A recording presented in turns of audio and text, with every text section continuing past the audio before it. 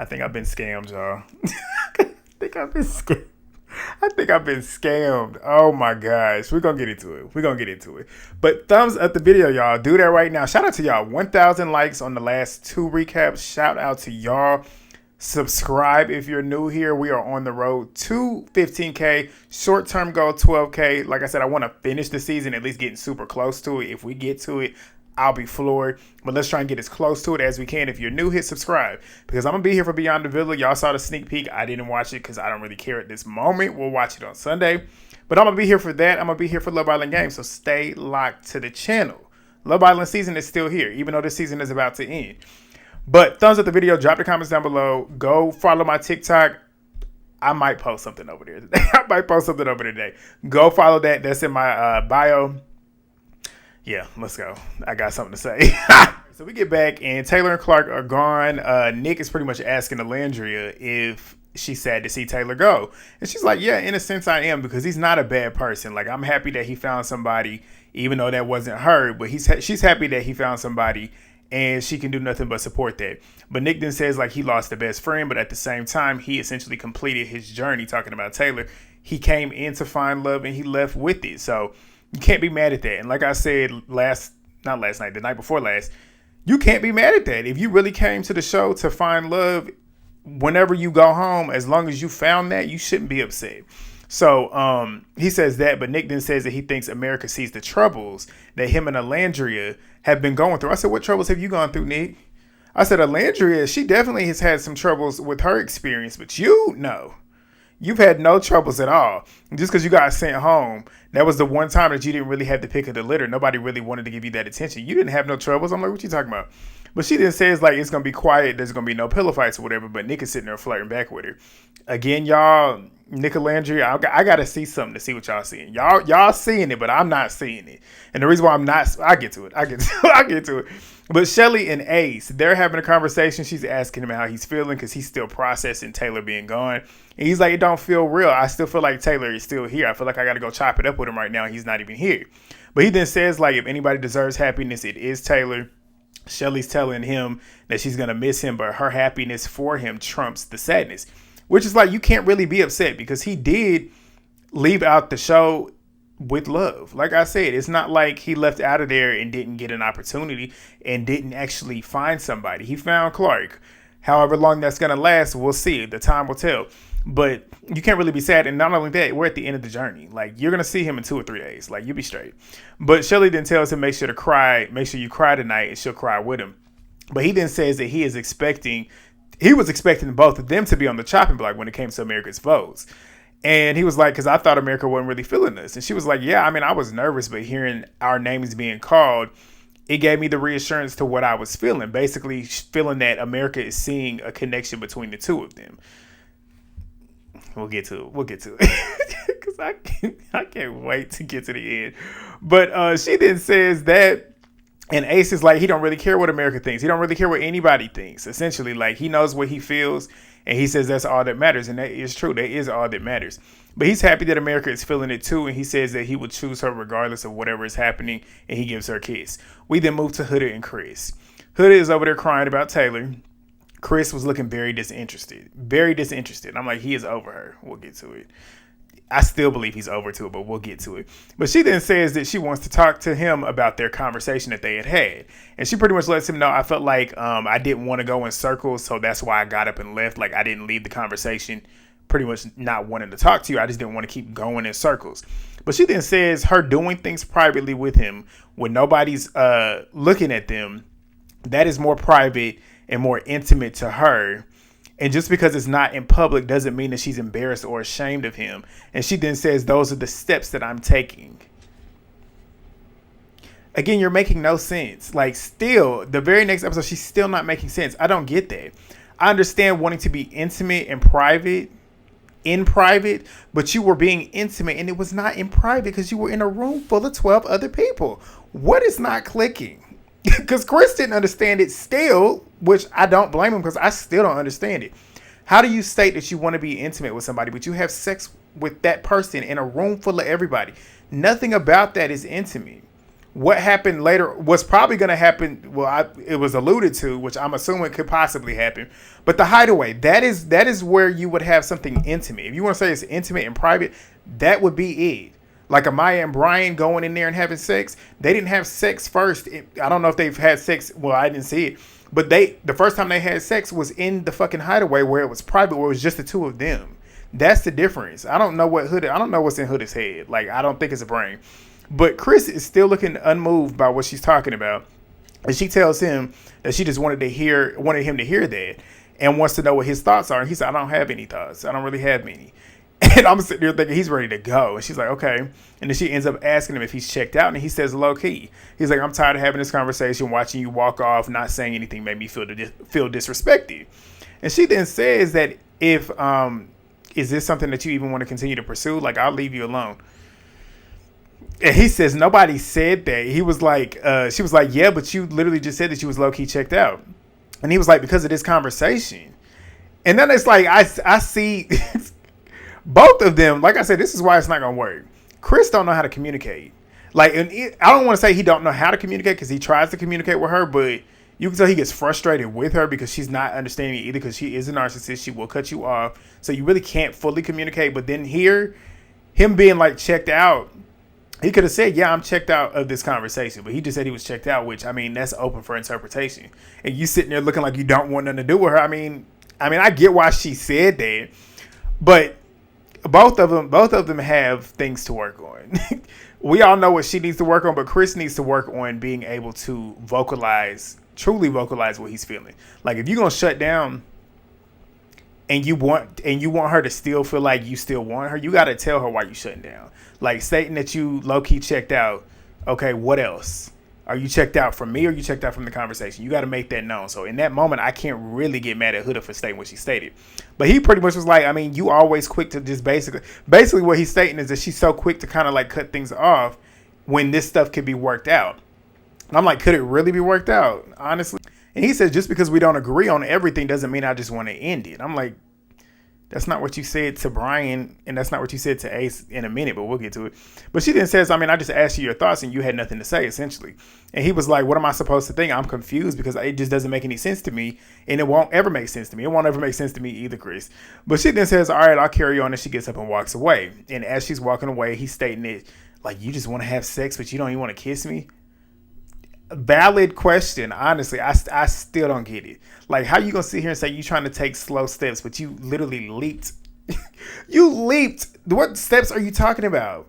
Because to me, kissing somebody, if we're gonna go in steps, it's physical touch. Okay, so we start cuddling. That's a step. Then we move to kissing. That's the next step.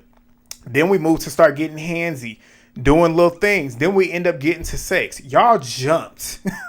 What steps are you what small steps are you trying to make, Huda? I don't get it.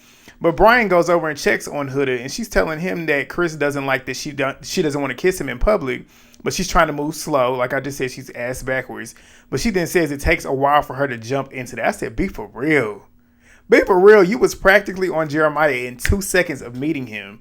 And then, like I just said, you've literally already had sex with Chris. So what steps are left to take?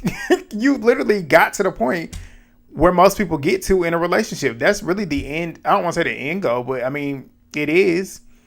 Because once he got in your drawers, what else is there to do? What else is there to do? But she then says that she's not trying to get hurt. You should have thought about that before you had sex with him. Like, honestly. But Ace then goes to check on Chris. And Chris says he's frustrated because the shit is just not adding up. Like, we can't come to an understanding, and that's a red flag to me, and I can't deal with it. So I'm like, if you can't deal with it, cut it off. Cut it off. And you would not be wrong to cut it off, because you should.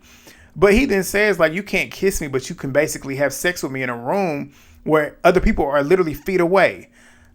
And he's like, it's PDA regardless if it's under some sheets or over our heads, because we're in a room full of everybody. He's not lying. He's not lying. But Ace then says, like, your feelings are valid, but pretty much try and find that happy medium between the two of y'all where y'all can communicate effectively about y'all's boundaries. Very sound advice, but it's just not going to happen. You dealing with Huda, who is a narcissist, and you're dealing with Chris, who don't really know how to fully state his like state what you gotta say. Like I don't get that ineffective communication. I just don't get it. Me, I'm the type of person, I'm so communicative. Y'all see how I am. I rant all day long on here. Whether it might take me a minute to get to my thought and my point, but I know how to communicate. That's what I went to school for it. I have a degree in mass communications. Like, come on. But Amaya, actually not Amaya, Ace pretty much tells us that they can work it out if they both can meet on common ground. It's just not going to work out. It's not going to work out, Ace. But it's bedtime. Hood is telling the girls that Chris isn't happy about her not embracing the PDA. Iris is like, yeah, because you don't like PDA, right? I'm like, how? How does she not like PDA? And it's just like, take the kissing parts outside of it. The way she moves in challenges. Like, the way she borderline fucked Ace in that challenge. You don't like PDA, but you can basically fuck somebody in front of everybody else. Something ain't making sense to me. It's just not making sense to me. Maybe I'm delusional, but I know I'm not. But Amaya then says that she sees like where Chris is coming from, like, because she put herself in his shoes. Like, if a guy was kissing her in the bed but couldn't kiss her outside of the bed, it makes you look like, what the fuck? Like, are you embarrassed of me? But Iris is asking Chris in the bed how he feels, and he's like, I'm irritated because we just can't see eye to eye on anything. But Ace and Chelley, I had to point this out because I found it so wholesome. I don't know if y'all saw it. You had to really pay attention to see it. They were praying in bed together. I'm Christian. I come from a Christian household. My parents are Christian. My grandparents, especially on my dad's side, are very, very much into their faith. That was special to me. We'll get to it. But everybody else is asleep. The next day, everybody's waking up. Same old. Y'all know, making breakfast, everything. The boys are talking about how they're missing Taylor while they're making the breakfast. But Ace and Chelley, they're laying down, having a little conversation. Nick comes to pull Ace for a chat. So they go and sit down. They're realizing that Taylor's not there. Normally he would be there. Ace goes and pulls a little beanbag. They start acting like Taylor. But we get into the meat and the potatoes, the reason why they're talking. So Nick then tells Ace that he woke up to cuddles with Olandria and it was nice. And Ace is like, oh, so you ready to really dive into this? And Nick was like, I mean, I know we're not just friends because I don't cuddle with my friends like that. I don't hold hands with my friends like that. So in his mind, they're moving towards... They're moving towards possibly exploring a romantic connection in his mind.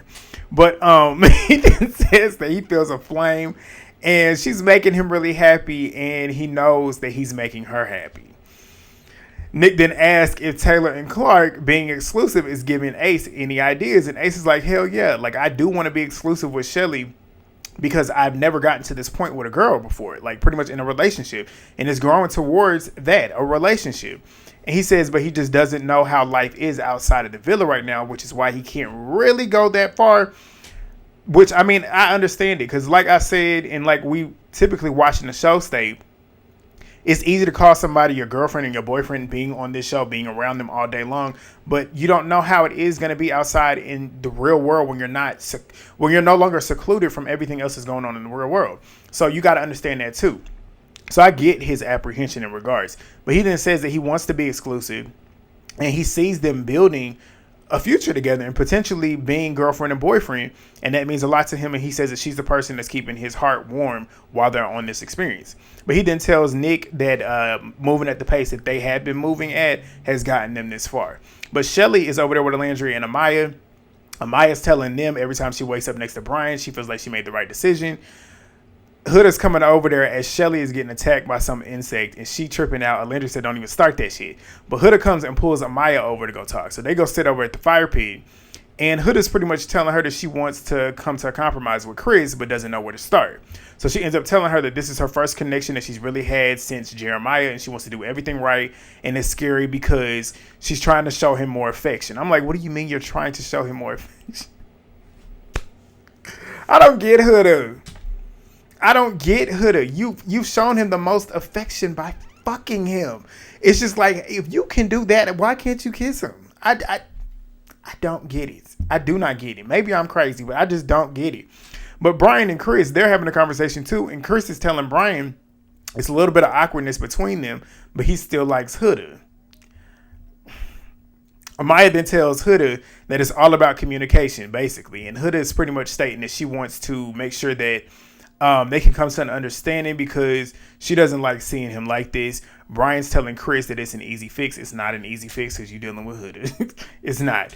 But Olandria ends up getting a text telling them to prepare to get hot and wet for the challenge called Viva Las Villa couple. It's a couple challenge. It's the same old, y'all. It's an obstacle course where they finish tonguing each other down. So we'll get into it. Pepe and Iris, they're up first. They go at it. Basically, they're horny. Amaya and Bryan, they were playing. They were literally playing throughout the obstacle course. Huda was showing those stripper moves that allegedly she has practiced doing. Ace and Chelley got creative with theirs. Nick and Olandria. Nick was licking her from the bottom on up. She was twerking on them, and they were tonguing each other down at the end. Nick then says that was their first kiss since Soul Ties, and it felt good to reignite the physical aspect. Still not seeing it. But after the game, everybody's getting ready for the nighttime mingle. Y'all know what to do. Olandria and Chelley, they're having a conversation while Nick and Ace are having a conversation about each other.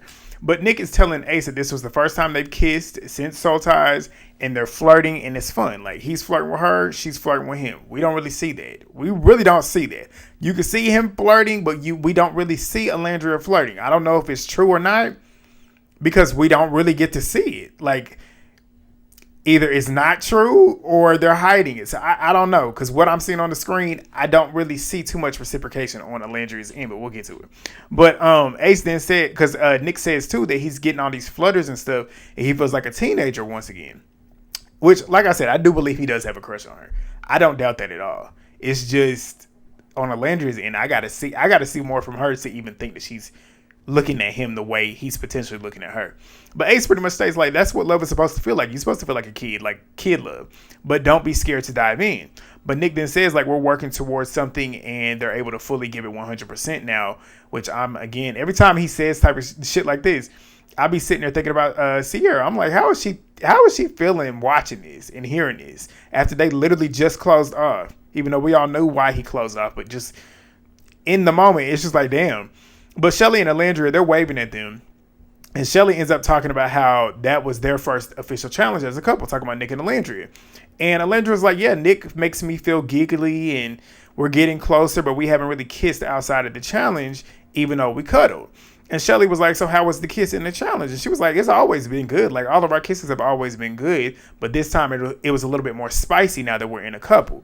But she then tells... I think she told us, or she either told Chelley, but she said that she wants to try it outside of a challenge because of how fast they wrote it off the last time. She told Chelley this. But she then tells us that the challenge felt a little bit different and she actually liked it and likes how he makes her laugh and makes her feel and wants to actually spend quality time with her. When she said this, I'm like, you can state that you like the way he makes you feel, and that could be platonic, honestly. I'm still not seeing it. I'm trying to see it, but I'm not seeing it. But Chelley ends up asking if she's happy how the cookies have crumbled. And Olandria is like, yeah, I mean, I am. Like, even though it was shitty at first, but I feel different. I feel like it's different with this connection. He reassures me in ways that I haven't been reassured in this house. So obviously she feels good about that. And then it's good too, though. It's good seeing her actually being pursued. Finally. But Chelley ends up saying that she can't wait to hear about the kisses, and Olandria was like, okay, well, I got you. Iris and Pepe, respectfully, don't give a fuck. Did not write anything down, because boring. Don't care. Olandria and Nick, they're in the speakeasy now, and I literally wrote in parentheses, they're going to kiss. I just knew it was. I was like, they're going to kiss, wrong. But they start talking about the fun that they had in the challenge, and Nick pretty much talks about how he wasn't really expecting to last this long on the show. He didn't have too many clothes packed. And he was like, I mean, that's essentially how I am in real life. Like, I just move with the flow. And Olandria was like, so you don't like preparing shit? And he was like, no, it's fun doing it this way. No, it ain't. Me and Olandria on the same wavelength. I do everything at the same time every single day. Y'all know this, like, y'all get a taste of it with how I post. Y'all know I post consistently around the same time every single day. Like, y'all know y'all can come to my page at the end of the night and you're probably going to see the video there. I can't stand lack of structure, and when there's lack of structure or my day is not going the way I have it planned, I'm thrown all the way off. Like when I went to go get my hair cut on Monday, my barber had an emergency, and that threw me off. And it took me an hour and a half out of my normal schedule. I would have been at the gym by that point. And then I would have been getting ready to go get me some lunch and go run my errands. But that pushed everything back. So me, I'm right there with Olandria. I got OCD bad. But she says that. But she, like I said, just watching this is giving little boy having a crush on a grown woman that he probably feels would not give him the time of day. That's what I was getting from this conversation. But they start talking about where they are. And she was like, obviously, I find you attractive. We look good together. They do look good together. I will state that. Looking at them aesthetically, they do look good together. And she was like, you make me laugh. And she was like, the last 2 days that we've had together have essentially been the highlight for me. The kiss, the cuddling, everything feels natural. And he then says that he likes being physical with her. Every hour that he's with her is different, is unique. And the sparks, it just sparks something in him. And she makes him feel happy. And she says again, "Aw, Nicky Poo." I said, that's why I don't. That's why I don't. Because we all know he literally told her that he wants to be called Nicolas, because when he's pursuing her, he don't want to look at that. And her calling him Nicky Poo is kind of like, in my opinion, friend zoning him. That's what I'm getting from it. But he compliments her on her hairstyle, and he kisses her on the hand. He says, clearly we're in the early stages, but I feel like it's as good as you can imagine. But they get in the photo booth. They start taking pictures. They do kiss in the photo booth. But we got to see a real kiss again. Like, that's the only way I can really detect if it's reciprocated on Olandria's end. But Amaya and Bryan, they're in soul ties laughing about silly stuff, but they start talking about trying to help Huda and Chris. And they kind of, Amaya decides to make a plan to go ahead and have them work it out. So they come up with a plan to go execute it, which I didn't like, though. I wanted a scene between Bryan and Amaya. I wanted to see them talking about each other, getting to know each other, but we didn't get that. But Bryan, which we'll get to it. Bryan goes to pull Chris to execute the plan, so they go out to the dock. Bryan's acting like he got to go pee, so he goes upstairs to go send Amaya the signal, who Amaya is sitting downstairs with Huda and a couple other people at that little table. And she's facing the top part of the balcony where she can see Bryan when he comes up. He gives her the signal. Amaya says, "Oh, Huda, come on. Let's go over here. I got to go talk to you about something." So she tries to get her to go to the dock this time, but she failed. Because she tried to pull the same move that Bryan did about going to the bathroom. But Huda said, "I'm going to go with you." So Amaya then says that she got a shit. And she said, "I can't shit with people around." I feel her. But Huda was basically trying to stay in there, but Amaya eventually got it to the point where she's like, "Gone. Like, you got to get up out of here." So she stays in there and washes her hands. Amaya goes to run upstairs to go take a shit. She goes up there where Bryan is, and they up there watching. Because Huda's now walking to the dock where Chris is already at. So they're over there, and Chris and Huda get to each other and realize, okay, well, where's Bryan and where's Amaya? And then they finally put two and two together and realize they're setting us up to have a conversation. And they end up seeing them up there talking. Or not talking. Did they see them at this point? Yeah, they saw them up there hiding. So they realized what the plan was at this point. So they start talking. Again, like this conversation was pointless because, I mean, it didn't go anywhere. But he didn't, effectively it didn't go anywhere. But he then tells her he just doesn't want to bring yesterday's emotions into today. And she was like, I mean, if something was bothering you, you should talk about it, which I do agree with.